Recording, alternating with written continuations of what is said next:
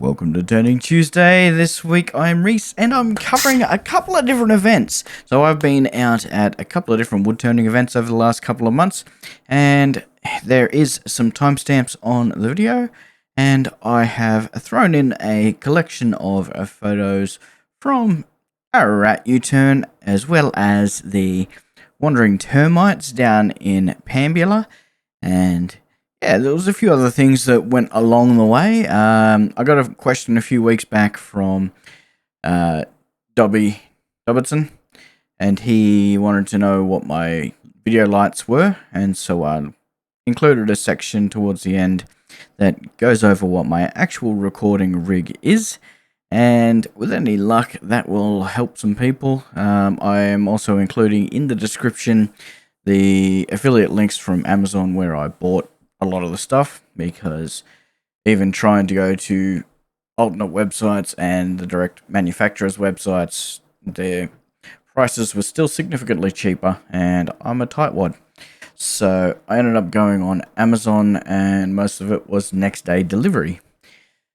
Anyway, so we're getting through the photos. This is Kelly, and she made a couple of pens and some absolutely gorgeous stuff. We're at Kieran here, and he's doing a turning lesson with a gentleman that he met, I believe, at one of the field days. And yeah, they were a bit of fun. There's Captain Smiley, Michael, and he was having a bit of fun with the scroll saw and working with a lady who doesn't get time to use the scroll saw as much. Now this is Michelle Healy, she's from Ballarat, and moving on to Rod. Rod, I believe, is down near Melton, and he's a really good turner, and he has modified a metal lathe, a little mini metal lathe, to go around to the different turning events just to be able to turn pens. And yeah, there's Sid. Cracker Sid. And flicking through some of the photos, you can see everyone had a little bit of everything. There's Anita, there's Deb, and Sid again. So we've got a couple of people with their finished projects. These are what Sid made at the event, and I believe we're going to go over to the brag table. So this is where everyone was putting what they made out on the table. My stuff is down the front there, except for that really warped one. That's not mine. As you can see, some gorgeous Burl stuff that's not quite finished, and there was a piece of punky stuff there that I wasn't quite game to take and try. And some beautiful pens, and a really cool art piece from Deb. This is one of my camphor plates. So it's a camphor dish. It's a shallow, wide dish. Came out very nice. And a little river red gum. So this one is from Mudgy. It had sap inclusions. Wasn't entirely sure if it would survive. And a quick shot of everything I made at the event. Now I finished turning the exterior of the little red gum, and I was still not entirely sure if this one was actually going to survive or not. So I decided to set a single camera up and just get the coring it out, because I knew it wouldn't take that long. It was a total of 14 minutes with no edits, and I just shrunk it down as good as possible. And so, as you can see, I'm just getting some nice swinging arcs here. Now, I didn't realise the angle that I'd set the camera on was where my elbow was. That's why I'm halfway through a cut before it starts again, because you couldn't see anything except an elbow cam. So, first thing I've done is caught it out with the bowl gouge. Now I'm coming in with a round nose scraper, and I am just removing all the tool marks and making sure there's no ridges left. You can hear that really, really loud tick. Ignore the screaming. That'll get worse yet. The little tick happening around the edge was the little piece that was missing. Anyway, gave it a quick sand up to 400, blew it out, and it was looking nice. And I was almost completely done with this bottle of Triple E. And so I decided to get it in there and use it. And as you can see, that chatoyance is really starting to pop there. Throwing some tung oil, and then I'll give it another little touch up to burnish that oil in. You can hear this little rat-a-tat as I get up on the rim there. That's just where that little void is. You can see it there on the right hand side. That was a bug hole. Now these are a couple of photos of 3 different pieces from the same tree, and you can see with the exposure to sunlight what the color has done. Now after I got back from Ararat, the next day was the Mother's Day sale down at Kangaroo in Canberra for the ACT Woodcraft Guild. And so I went and grabbed a couple of little videos because there's some absolutely amazing turners and makers of all sorts. I really like the jewelry there.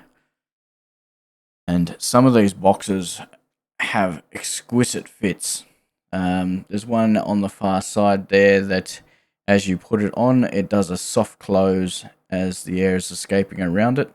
It's just such a beautiful little fit. This is bowls from our president, and he makes some absolutely gorgeous stuff. Does a lot of stuff with burls. And then we've got the toy makers and some trippy chopping boards. Now, this is after several days of the sale had been running, and yeah, probably half the amount of what was there initially, and I didn't get any chance to get in any footage of that, but there's some really pretty stuff there. And yeah, so there's a bit of hue and pine. I love these tiny little boxes. These are by a lady named Gay, and they're absolutely gorgeous. And this is a little fishing reel that has me inspired. And then we move into Pambula. I'm not sure, but I don't think this bloke's paid his way into the Pambula event. On your way, mate. I don't think he was getting his wallet out either. So we had kangaroos absolutely everywhere, and this was one of the first items I made. This was from the short that I released a while back. And that was where I split a piece of crotchwood in half and showed off the figure. And I haven't turned the second half of that yet. Now, our challenge this year was eggs and an egg cup. As you can see, everyone's done something quite different. None of them are the same. And this was our setup. We were supposed to be limited to those blue squares on the ground. I got in trouble because I had my sharpening station there, which took up a bit more room than I was allowed.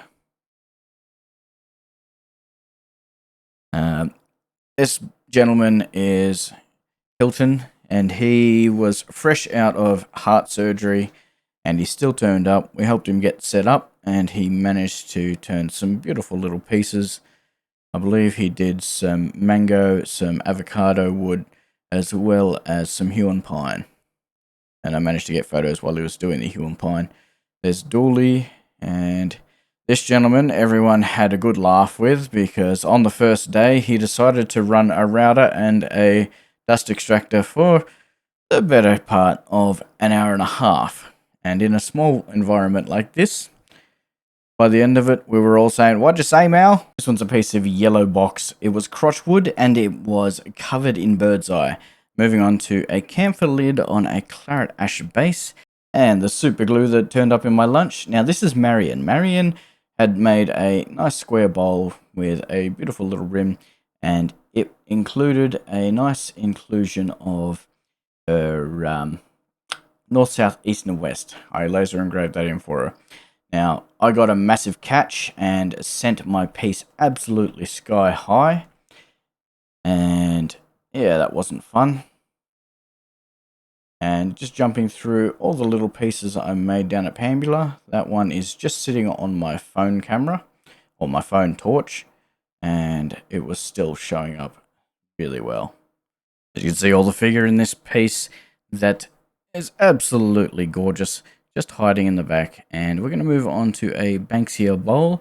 I made a couple of bowl blanks and a couple of box blanks for Barry and myself. So this was Barry's wood, and Barry said, "Hey, let's go and make a piece out of this." And I was very happy to oblige. And so as you can see, that camphor lid has absolutely gorgeous figure. And Then when I was loading my gear at the end of Pambula, my speed dial decided to jump off because I was being a careless idiot and I managed to break it. So went out to JCar and have replaced the speed controller. And this was the wood that I picked up while I was down at Ararat and Pambula. So this is some Otway Blackwood that I picked up as a gift from Barry, and it's absolutely gorgeous. As you can see, a bit of spalt in there. So I've already cut one. Now, the second one, I don't know if you can really make it out, but there's quite big grooves in both of these. The other one had worse ones, and they were coming down the middle. Whereas this one's got a rise in the middle, but that crack travels almost the whole way down. So what I'm planning is to come up to this line across here and take that top rise out and hopefully get a deeper bowl. So that's bolt, and no idea what kind of figure that is. What the hell? That's gorgeous. So this piece from Jock, the Huon pine log, it's not the most bird's eye piece of Huon I've ever seen. Definitely has some. There's some fiddleback that goes the whole length on the other hand. That's pretty. Alright, so I've had a question about my lighting setup. So these are pretty big LED panels. They're not overly expensive, but they are more expensive than what anyone actually needs. I use it from video lighting more than anything, but they do also really light up the wood nicely. So I've got a Niwa baby bracket on top, and so that's got another 2 points at each end that I could utilize somehow. I don't know how yet. Maybe I can stick my articulating arm on it. Anyway, they're attached to a Niwa wall mount, and so that boom arm can extend over and reach all the way over to my bandsaw. So I can have the GoPro, or I can change that GoPro head out for a camera mount or something. And yeah, but I noticed with this power board that it doesn't quite have enough delivery in the USB ports that are on board for 2 lights, but it will do the GoPro and one of the lights just fine. And then I run my other phone off one of the power bricks and the other light off the other power brick. So these are just old USB-A style bricks that just, yeah, and these lights I've just velcroed up so that the power switches, all I've got to do is hit on. The Niwa lights are really nice and they remember your previous settings. So that's what I've got going on with my lighting. In the previous clip, I didn't include my tripod. So this is the articulating arm I was talking about. So I usually have the phone that I'm recording with at the end, another phone on the articulating arm, and then the GoPro. And then I can just auto align all of them at the same time and put them into a single video. So I can just jump between camera angles. Now, I've included a series of my major screw-ups from Ararat. So I did include all of these ones. This one is the one that I took to the face, and I've jumped in through a couple of different videos. And my next one is the red gum, and this one is the one where I was pressing too hard, and I just popped it out of the recess. Which part of that failed? This one scared the absolute crap out of me because I was already pretty thin. I got a little bit thinner. And this one, I think Sid was talking to me, really. Anyway, I hope you've enjoyed. Thank you very much for watching, and I hope you have a great week. Slipping in some of the wildlife here.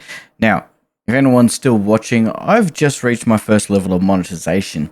If you've enjoyed this, please hit the hype button, hit the like. If you haven't subscribed and I've earned one, then please hit that button too.